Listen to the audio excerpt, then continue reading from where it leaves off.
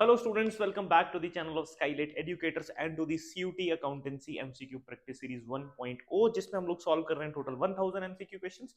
तो आज की इस वीडियो में हम लोग सॉल्व करने वाले हैं topic death of a partner. तो चलिए शुरू करते हैं हमारे पहले क्वेश्चन से। देखिए, so question number 251 says A, B, C are partner sharing profits and losses in the ratio of 3:2:2। B जो है उस पार्टनर की डेथ हो जाती है और 15th of September को इसकी डेथ होती है। ठीक है, the sale and profit for the year ending 31st March 18, यानी कि प्रीवियस ईयर की जो सेल है वो प्रॉफिट हमें दिया गया है जो कि है 60,000 and 30,000। Sale up to the 15 September यानी till the date of death हमें यहाँ पर सेल भी दी गई है जो कि है 35,000। फाइंड आउट बीस प्रॉफिट शेयर। सो देखो, इसके लिए बेसिकली हम लोग एक फॉर्मूला यूज करते हैं directly. So that is previous years profit. देखो, so previous year profit divided by previous years sale multiply current years sale multiply share of deceased partner. अब यहां पर कोई भी टाइम लगाने की आपको जरूरत नहीं है, रीजन बीइंग कि हमें sale till the date of death ही दी गई है। ठीक है, अगर एनुअल सेल रेट दिया गया हो तो ये फॉर्मूला काम का नहीं है, ध्यान रखना है। चलो, सो प्रीवियस ईयर का जो प्रॉफिट हमें दिया गया है दैट इज 30,000 रुपीज और प्रीवियस ईयर की जो सेल दी गई है दैट इज 60,000। अब इसको मल्टीप्लाई करेंगे हम लोग करंट ईयर सेल से जो कि है 35,000। ओके, एक सेकेंड। चलो, सो 35,000 मल्टीप्लाई करेंगे इसको शेयर ऑफ डिसीज्ड पार्टनर से जो कि है किसकी डेथ हुई है, बी की डेथ हुई है। सो बी का शेयर है ये, सो ये शेयर आ जाएगा आपके पास 2/7, राइट। सो 2/7। चलिए आइए इसको सॉल्व कर लेते हैं, हमारे पास डायरेक्ट आंसर आ जाएगा।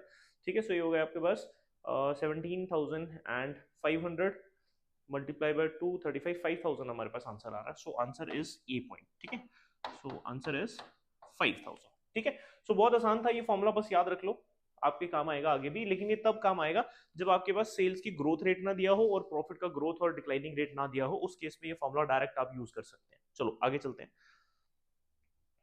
Okay, so next is question number 252। Okay, so again हमें डिसीज पार्टनर का शेयर जो है प्रॉफिट शेयर कैलकुलेट करना है। देखते हैं क्या केस है।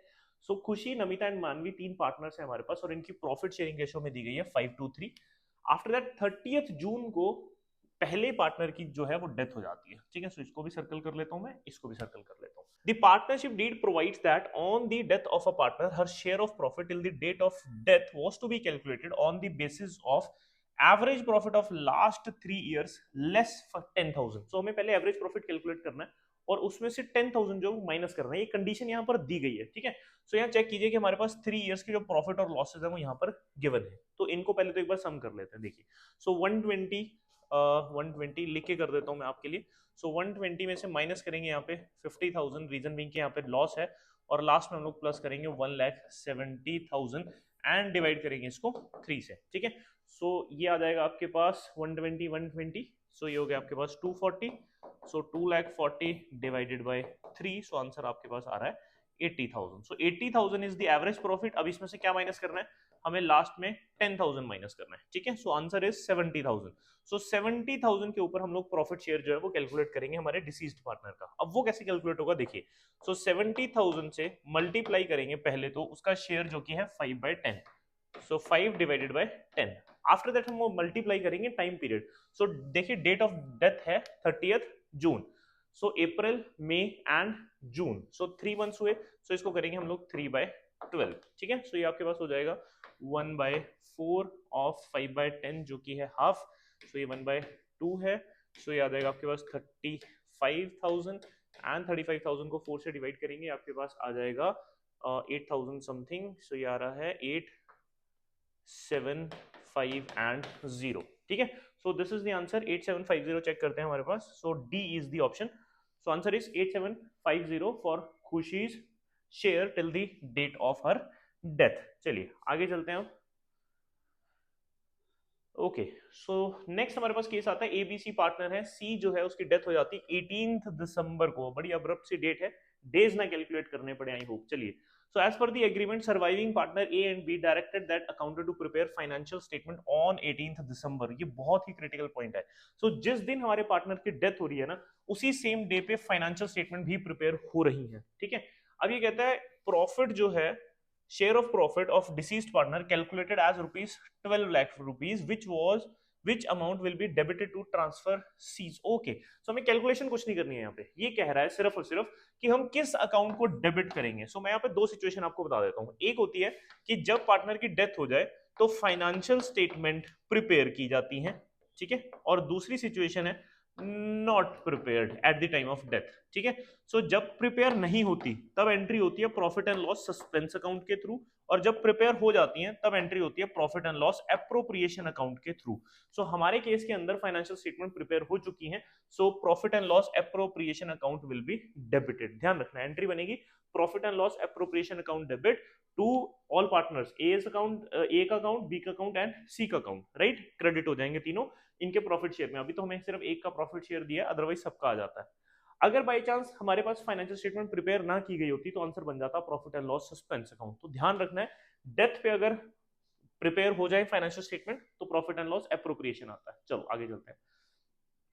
Okay, so next question says choose the correct sequence of the step for estimating and dealing with the deceased partner share of profit up to the date of death। so जब partner की death हो जाए तो क्या sequences जो है वो हम लोगों को यहाँ पर फॉलो करनी है, तो एक एक करके देखते हैं। सो ये कह रहा है calculate the profit percent of last year. So आगे चलते हैं। Estimate the deceased partner share of profit up to the date of death, then is record the deceased partner share of profit up to the date of death by debiting the profit and loss suspense account and crediting the deceased partner's capital account। so ये हमारी entry होती है profit share जो है वो transfer करने की। so मेरे अकॉर्डिंग थर्ड जो पॉइंट है वो सबसे लास्ट में ही हो रहा है, and estimate the firm's profit up to the date of death. So third जो पॉइंट है सबसे लास्ट में होगा इन सारी सीक्वेंसेस में।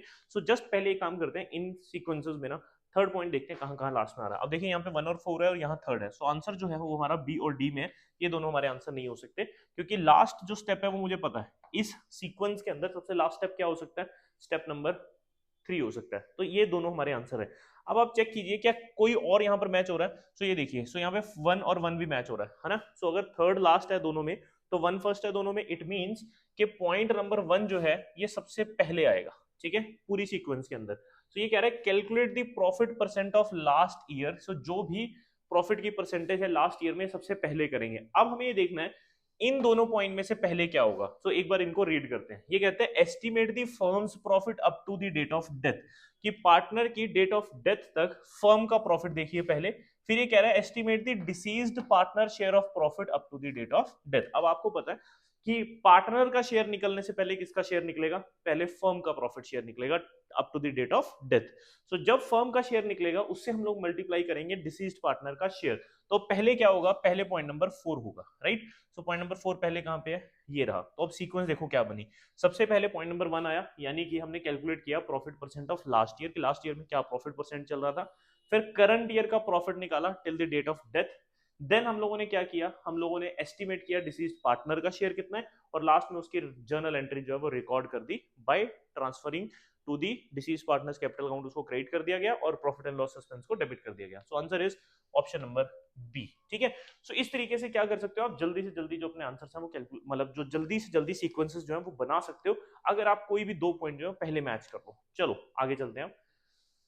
So next question is 255 in the absence of any agreement, कोई agreement नहीं है, rate of interest payable on the amount of remaining unpaid to the executor or deceased partner is, answer is 6% per annum। तो ये ध्यान रखना है कि जब कोई भी एग्रीमेंट नहीं होगा तो जो भी रिमेनिंग अनपेड अमाउंट होगा एग्जीक्यूटर को 6% पे किया जाएगा, ठीक है। आगे चलते हैं। So the balance of deceased partner capital account is transferred to. So जो भी डिसीज पार्टनर का कैपिटल अकाउंट का बैलेंस होता है वो कहाँ ट्रांसफर किया जाता है, वो लोन अकाउंट में करते हैं, ड्राइंग अकाउंट में करते हैं, करंट अकाउंट में करते हैं, या एग्जीक्यूटर अकाउंट में करते हैं। तो आंसर इज एग्जीक्यूटर अकाउंट। तो इसकी एंट्री क्या बनती है, deceased partner capital account debit to executors account, ठीक है, to deceased partners executor account. चलो आगे चलते हैं। Next is question number 257। So ये फिल इन द ब्लैंक्स है यहाँ पे हमारे पास। देखिए, so partners executor account is prepared at the time of death of a partner. Oh my god, ये तो बहुत ही आसान क्वेश्चन आ गया। सो एग्जीक्यूटर का अकाउंट कब बनता है, जब पार्टनर की क्या होती है, डेथ होती है। मैं कहता हूँ ये बोर्ड में आ जाए या सीयूटी में आ जाए, आपके मजे लग जाएंगे, इतना आसान क्वेश्चन है। चलो आगे चलते हैं। देखिए, सो हमारे पास next is P Q R partner है हमारे, प्रॉफिट शेयरिंग रेशियो जो हम लोगों को दी गई दैट इज 4:3:1। पी का जो है, पी जो पार्टनर है इसकी डेथ हो जाती है, तो इसको सर्कल कर लेते हैं पहले। चलो आगे चलते हैं। ओके, सो ऑन 1 सितंबर इसकी डेथ हुई है। डेट ऑफ डेथ पे the profit of the firm calculate किया गया 80,000, P share of profit will be. Okay, so ये बहुत ही ज्यादा आसान है, कैलकुलेट भी रहने देते हैं इसको करना, क्योंकि ये 4/8 है तो हाफ हो गया डायरेक्टली। सो पी का जो शेयर ऑफ प्रॉफिट बनेगा दैट इज 40,000 ओनली। अब देखते हैं एंट्री क्या बनेगी। Debiting profit and loss account with 40,000 rupees. Okay, so ये नहीं है, प्रॉफिट एंड लॉस अकाउंट को कभी भी हम डेबिट नहीं करते। Then is debiting profit and loss appropriation account. So appropriation account को कब डेबिट किया जाता है, मैंने बताया था अभी प्रीवियस क्वेश्चंस में, जब फाइनेंशियल स्टेटमेंट प्रिपेयर हो जाए at the time of death. So this is not the answer. Then is debiting profit and loss suspense account. Okay, ये कह रहा है बाय 80,000, सो आंसर यही है profit and loss suspense, but 80,000 नहीं है। आंसर क्या है, debiting profit and loss suspense account with 40,000। ठीक है, सो डिसीज पार्टनर का शेयर देंगे हम लोग, एंट्री बनेगी profit and loss suspense account debit to piece capital account 40,000 and 40,000। So D is the answer. चलिए आगे चलते हैं। Okay, next is question number 259, the name of account which is open to credit the share of profit of deceased partner till the time of death of। okay okay, so मैं इसका answer नहीं करूंगा, क्योंकि अभी तक पीछे जितने भी हम लोग क्वेश्चन करते आ रहे हैं ना, सब में इसका आंसर आया, तो ये मैं छोड़ रहा हूं आप लोगों के लिए। सो ए बी सी डी में से जो भी करेक्ट ऑप्शन है, सो आपने क्या करना है, क्वेश्चन नंबर 259 डालना है, और उसका करेक्ट जो आंसर है वो आप जरूर कमेंट बॉक्स में लिखिए। बेसिकली जब आप कमेंट बॉक्स में आंसर्स लिखते हैं ना, क्योंकि प्रीवियस वीडियोस में ऐसा हुआ है, कमेंट बॉक्स में कुछ बच्चों ने आंसर लिखे हैं, तो उससे मुझे ये पता चलता है कि एक्चुअल में ये जो वीडियोस है किसी ना किसी स्टूडेंट के काम जरूर आ रही है। तो अगर आप देख रहे हो, आपको आंसर भी पता है, तो आप आलस मत करना, लिखना जरूर, ताकि मुझे पता चले कि कितने लोगों ने इसका आंसर देखा है। चलिए मतलब इसको सॉल्व किया है, आगे चलते हैं। So this is last question, और ये काफी बड़ा भी दिख रहा है। चलिए, so Reeva, Meeta and Asha are partner sharing profits and losses in the ratio 1:3। Meetu जो है पहला, दूसरा हमारा जो पार्टनर है, इसकी डेथ हो जाती है। चलिए, on 31st July 2019, according to the partnership agreement, her share of profit from the closure of the last accounting year till the date of her death was to be calculated on the basis of profit of 2 completed years before her death। so profit for the firm, देखो यहाँ पे कहीं पे average की बात नहीं की गई, ठीक है, ये कह रहा है एग्रीगेट प्रॉफिट। एग्रीगेट प्रॉफिट और एवरेज प्रॉफिट दोनों में डिफरेंस है। एग्रीगेट का बेसिकली मतलब क्या होता है, एग्रीगेट का मतलब होता है सम। सो पिछले 2 साल के प्रॉफिट के बेसिस पे हमने देना है, बट एवरेज के बेसिस पे नहीं देना, ये ध्यान रखना है, ठीक है। Profit of the firms for the year ending 31st March 18 and 19 were rupees 46 and 44। ठीक है, सो डायरेक्टली इन दोनों को ऐड कर लेंगे। सो 46,000 प्लस 44,000, एवरेज नहीं करनी, ध्यान रखिएगा। सो ये आपके पास आ जाता है 90,000। ठीक है, and the firm closes its books on 31st March every year। Meetu share of profit till the date of death will be, directly हम लोगों को कैलकुलेट करना है। सो ये आ जाएगा 90,000 को हम लोग मल्टीप्लाई करेंगे किससे, शेयर ऑफ डिसीज्ड पार्टनर से, जो कि है 2/6। आफ्टर दैट इसको हम लोग मल्टीप्लाई करेंगे टाइम के साथ till the date of death, जो कि है देखिए 31 जुलाई को डेथ हुई है, तो जुलाई को हम लोग काउंट करेंगे। तो टोटल मंथ कितने हो गए यहाँ पे, टोटल 4 मंथ्स हो गए। ठीक है, सो अप्रैल, मई, जून एंड जुलाई। चलिए आइए, सो ये आपके पास हो जाएगा 1/3 हो गया है 30,000। ओके, अगेन फिर से 1/3 होएगा यहाँ पर, तो ये आ जाएगा आपके पास 10,000। Answer is 10,000। ठीक है, so option number C. So this is the correct answer for Meetu share of profit till the date of death, that is 10,000। So I hope कि जो 10 क्वेश्चन हम लोगों ने इस वीडियो में भी सॉल्व किए हैं, आपको सारे के सारे क्वेश्चन समझ आए होंगे, और जो क्वेश्चन मैंने आप लोगों के लिए छोड़ा है उसका आंसर कमेंट बॉक्स में जरूर। अब हम मिलेंगे अगली वीडियो में अगले 10 क्वेश्चन के साथ।